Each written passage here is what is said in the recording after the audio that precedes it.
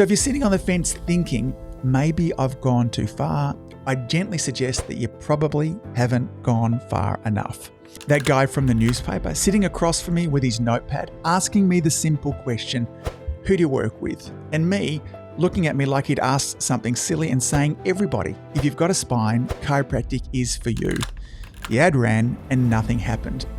Now I look back on that moment and I don't cringe at the answer that I gave him. I understand it because at that stage, I genuinely believed that the most generous thing I could do was to be for everyone. But what I know right now is the most generous thing I can do is to be clear about who I'm for, clear about what I stand for, and clear enough that the right person immediately knows that I am their chiropractor. Good morning, good afternoon, and good evening, folks. Hey, welcome to another episode of the Marketing in Practice podcast, the podcast where I have the pleasure of simplifying the marketing and the mindset so you, the chiropractor, can increase your income, your impact, and your enjoyment in practice too. Now, today I want to take you back to early in my practice days. It was actually the first time I'd ever done any advertising. A guy from the local newspaper had come in. He'd wanted to do a bit of a feature on the practice, a bit of free exposure. And I thought, great, let's do it. So he sits down, he pulls out a notepad and he asks me a really simple question. He says, so Angus, who do you work with? What kind of patients do you see? Now, I can remember looking at him almost as though he'd asked something a little bit silly. I said, everyone, really. We see people of all ages, all kinds of different problems. And honestly, if you've got a spine, then chiropractic is for you. Now, he sat there diligently and he wrote it all down. The ad ran and it did absolutely nothing. Now, I'm not surprised when I look back on this, but at the time, before I knew what I know now, I genuinely thought that I was giving him the right answer. Now, here's the thing about that answer. Chiropractic is for everybody. It feels generous. It feels true. And honestly, it is true. But here's what I've come to understand. When we try to speak with everybody, it's one of the fastest ways for us to become invisible. Let me say that again. Trying to speak to everybody is one of the fastest ways for your practice to become invisible. Because when your message is for everybody, it actually ends up for no one. The brain, you see, doesn't stop for a message that isn't meant for it when there's no specificity. It just scrolls past. Think about your own experiences here, gang. You're on social media, you're scrolling through the feed, and something stops you mid-scroll. Why did it stop you? It stopped you because it felt like it was written for you. It spoke to something that you were feeling, something you were struggling with, something that you cared about. Now, that's not an accident. That's clarity, okay? And chiropractors who are growing right now, the ones who seem to attract the right patients almost effortlessly, they're not better clinicians necessarily than you. They're just clearer. They're clear about who they're for, clear about what they stand for, and they're clear about the message that they're putting out into the world. Now, this is exactly what the standout strategy is all about, okay? It's not about being better than every other chiropractor in your area. That's not the game, gang, okay? The game is you're the right chiropractor for someone. In fact, you're the right chiropractor for thousands of people. But there is a person and a group of people in your community whose life you are perfectly positioned to change. It's your philosophy, your approach, your communication style, your story. It's all perfect for someone. And your job is to get clear on who that someone is. So how is it that we go about and actually find our person? Now, inside the standout strategy, there are 3 questions that I want you to sit with. And I want you to walk through each of these 3 with me, okay? Now, because each of them matters also for different reasons. Now, question number 1 is this. Who do you love working with, okay? Now, this sounds simple, but it's more important than most of us as chiropractors actually realize. Because if we're going to fill our practice with more of a certain kind of patient, we need to actually enjoy seeing them.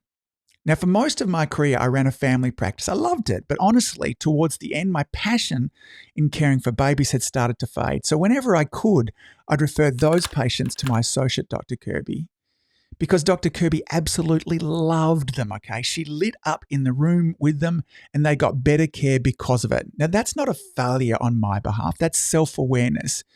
Because a practice full of patients that you love seeing is a very different experience to a practice full of patients that you're tolerating. So ask yourself honestly, who is it that lights you up? Now, question number 2, who do you get great results with? You see, results matter. When you get a reputation in your town for helping a certain kind of person, word is going to spread. But the opposite is true also.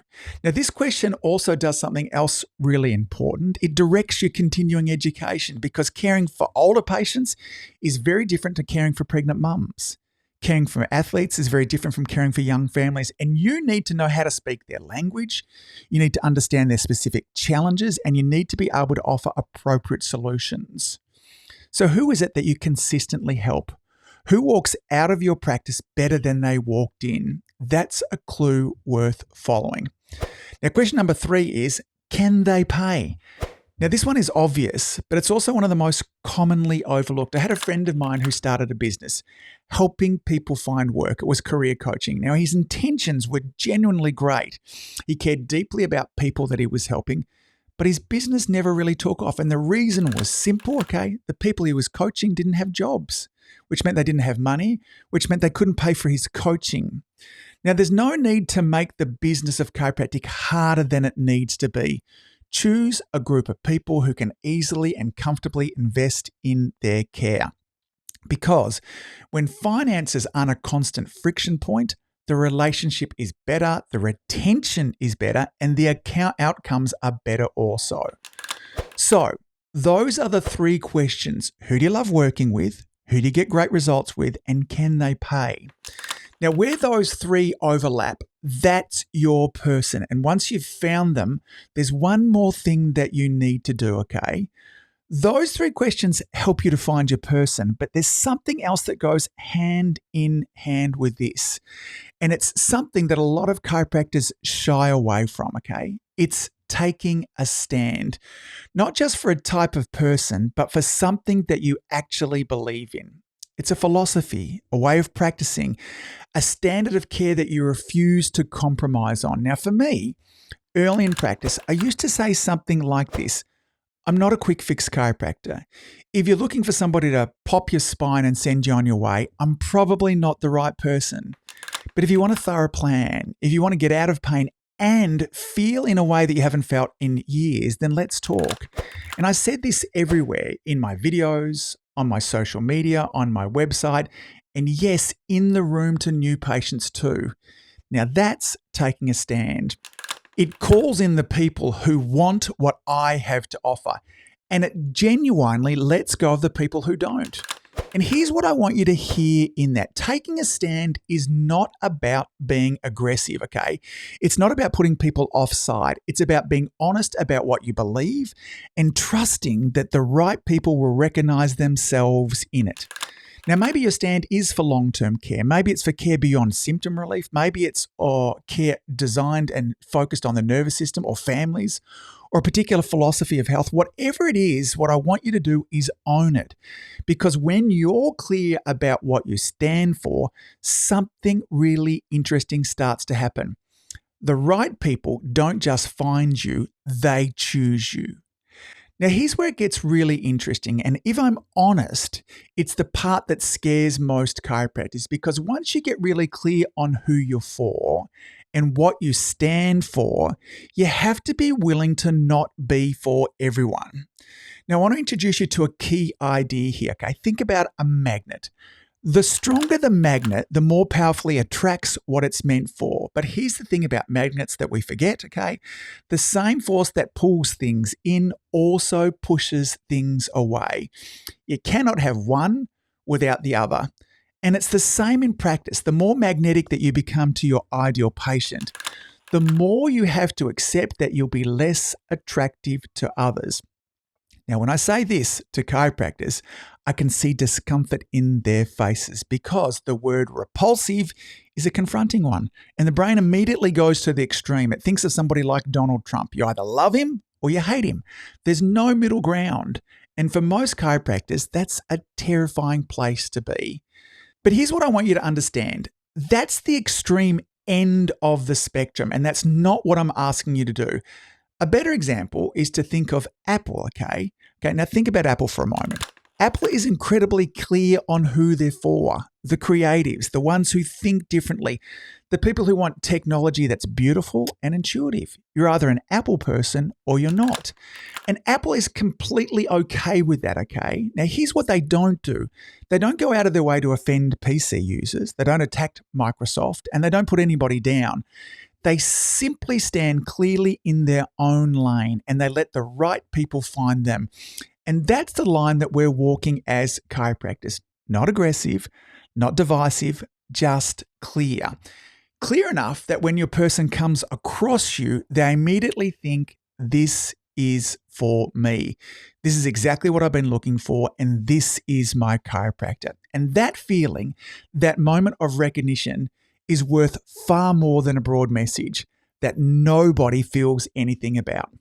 Now, let me make this practical, because here's the thing I want to say before we dive in. The biggest mistake that I see chiropractors make with this is simply not doing it. It's not that you're going to go too narrow. It's not that you're going to get the words wrong. It's just never actually sitting down and doing the work. And the second version of this same mistake is sitting on the fence, knowing that you need to take a stand, but not quite being willing to plant the stake in the ground. And I totally get it, because it all feels risky, okay? It feels like you might be leaving somebody out. But here's what I want you to hear. In all my years of working with chiropractors, I've never once seen somebody go too narrow, not once. The problem is always the opposite. They're always too broad, always trying to speak to everybody. So if you're sitting on the fence thinking, maybe I've gone too far, I gently suggest that you probably haven't gone far enough. Now let's talk about practically how you actually do this. You've probably heard at different times about an elevator pitch, the idea that you need a polished 30-second explanation ready to go whenever somebody asks you. But here's the honest truth, okay? Nobody actually pitches inside a lift.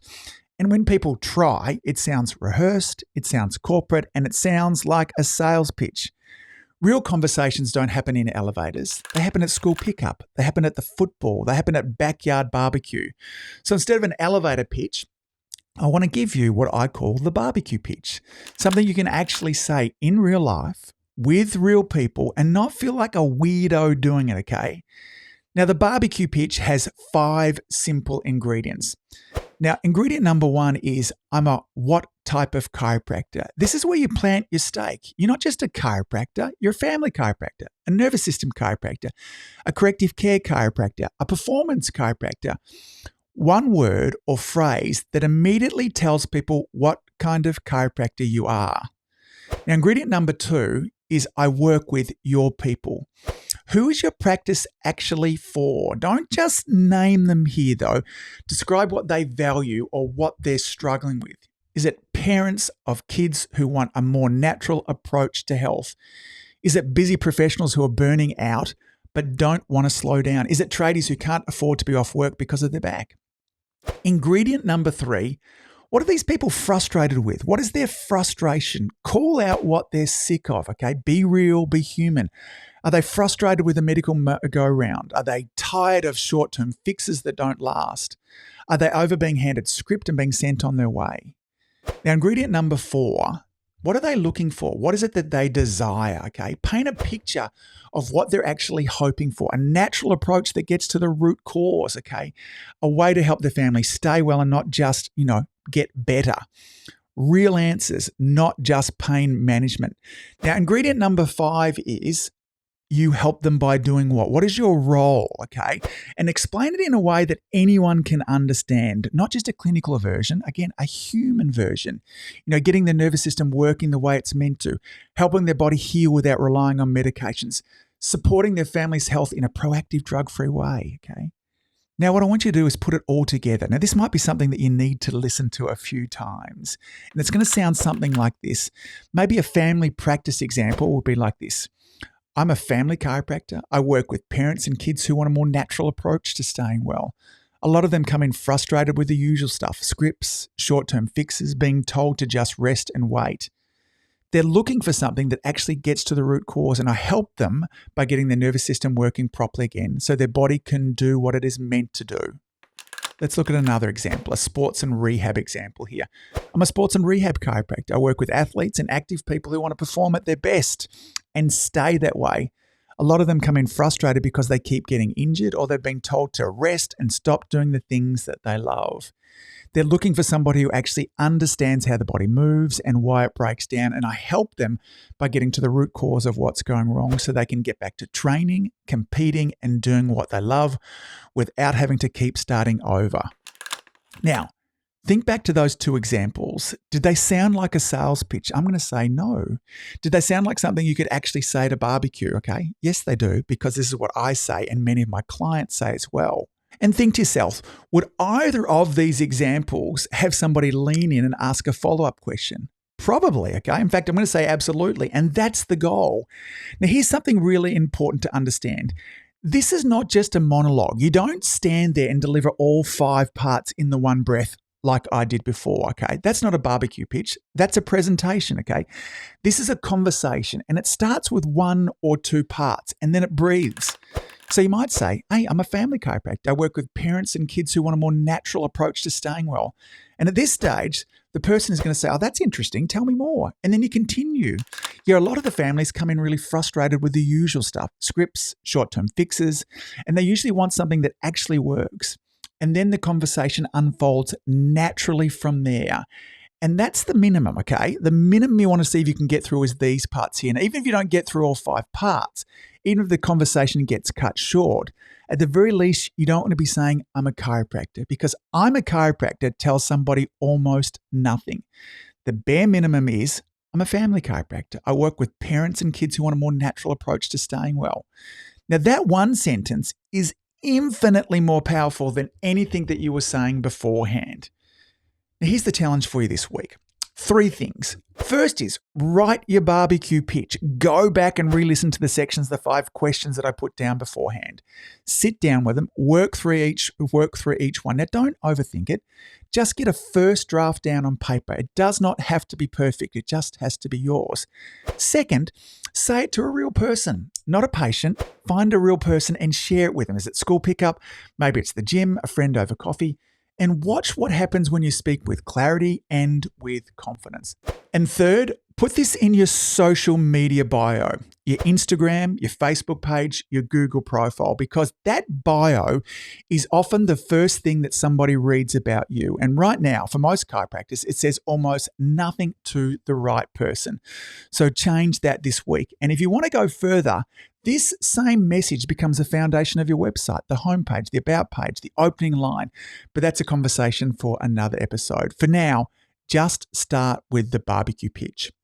So let's bring all this back to where we started. That guy from the newspaper sitting across from me with his notepad, asking me the simple question, who do you work with? And me looking at me like he'd asked something silly and saying, everybody, if you've got a spine, chiropractic is for you. The ad ran and nothing happened. Now, I look back on that moment and I don't cringe at the answer that I gave him. I understand it because at that stage, I genuinely believed that the most generous thing I could do was to be for everyone. But what I know right now is the most generous thing I can do is to be clear about who I'm for, clear about what I stand for, and clear enough that the right person immediately knows that I am their chiropractor. Now, that's not exclusion, folks. That's leadership. And it starts with 3 honest questions. Who do you love working with? Who do you get great results with? And can they pay? And then it continues with a stand, something you believe in deeply enough to say it out loud. And it shows up in the world as a simple human conversation. Not a pitch, not a performance, but just clarity. The kind of clarity that makes the right person lean in and think, this is exactly what I've been looking for. All right, folks, that's it for today. Thanks for all that you do. Keep saving lives, and I look forward to seeing you back here next week. Bye. If you've enjoyed listening to this podcast, you have to come and check out my Community Influencer Program.